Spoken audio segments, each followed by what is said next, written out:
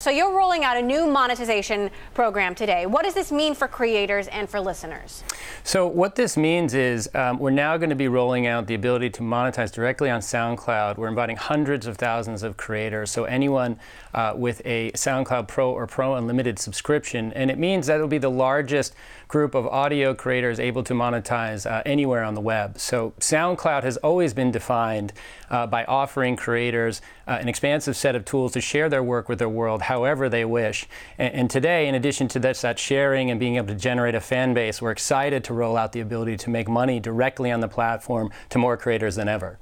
How much revenue do top musicians make from SoundCloud, and how does that compare to revenue from other services? Well, look, of course, it varies greatly creator by creator, and one of the most important things is offering the creator the most direct line to listeners and the largest percentage of revenue that they take home directly into their pocket. Because, of course, from a true independent creator, being able to have that direct relationship with the listener, whether they choose to have a manager, whether they choose to have a label, is up to them. But for an independent creator, this means more money in their pocket at the end of the day on a revenue share basis. Now, we also have many creators, who have gone far into their career and also decided to remain independent, like someone like Chance the Rapper. We also have content from major label talent. So for SoundCloud, it really runs the full spectrum, from the true independent all the way through to the global superstar. And we want to just make those tools available to as many creators at as many different stages of their career as possible.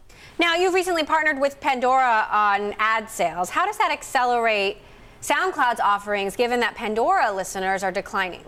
Well, it's a great relationship for us because we're one of the largest bases of listening in the United States and anywhere in the world. So for us to be able to tap that a world-class sales team of Pandora to help us monetize our U.S. inventory just means much more revenue coming into our platform and our service from the U.S. market, which in turn means more revenue for creators. So for us, it's a fantastic opportunity for us to just make much more revenue with the existing inventory that we already have on SoundCloud. Does SoundCloud have more users today than it did a year ago or less? If so, how many more or how many less? We have not disclosed our numbers. However, the service is still growing nicely. Yes, from last year, and we're really excited with the growth that we've seen both on the user side as well as the revenue side. And so it's been a really solid year for us, and we're extremely excited about the future. And we remain one of the top streaming apps in almost every market worldwide, certainly the largest and most developed. And the reason for that, though, is that it's a very different type of service. SoundCloud is built from the creator out. We're the largest collection of audio creators on the planet. We have content from over 20 million creators, and we want to be the first place that those creators come to reach the world. And in turn, for listeners who love discovery and who are excited about discovering something first, SoundCloud offers a very different experience, which is one of the reasons we continue to grow even as streaming overall matures. We've all seen the hypergrowth of digital advertising, Google and Facebook, but audio has been slow to catch up. Do you think that kind of growth can be replicated in audio? If so, how? I do. I think audio is just such an extremely interesting category that's really starting to emerge, and you're seeing it across the board. Certainly from the advertising interest side. Again, one of the reasons we're so excited to partner with Pandora, and I love their plan, to really be the largest seller of audio. And then you look at other trends from the consumer side, where certainly with the expansion and penetration of music, and then add on to that, of course, mobile, but now the connected home, the connected car, and then on top of music, you can add non-music streaming, right? So you have podcasting, you have information services, you have voice control. So you have a number of trends, both from the consumer side as well as from the commercial and monetization side, that I think make an extreme bull case for audio, and we certainly see that at SoundCloud, and we're really excited about it for music, as well as all the audio content that's hosted on the platform.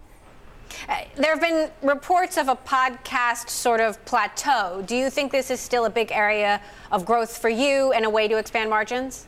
I do, and look, personally, I think that this next wave of podcasting is, it is here to stay. Also, for all the reasons that I mentioned in terms of consumer interest in accessing not only music but non-music audio through all of these other outlets. But I do think that it's going to come somewhat in chunks, right? So I think that the excitement that we see when people invest in programming and technology, and it may feel like it sort of plateaus, but I think you have to look further into the future. And I absolutely think that, as I said, the consumer demand is there.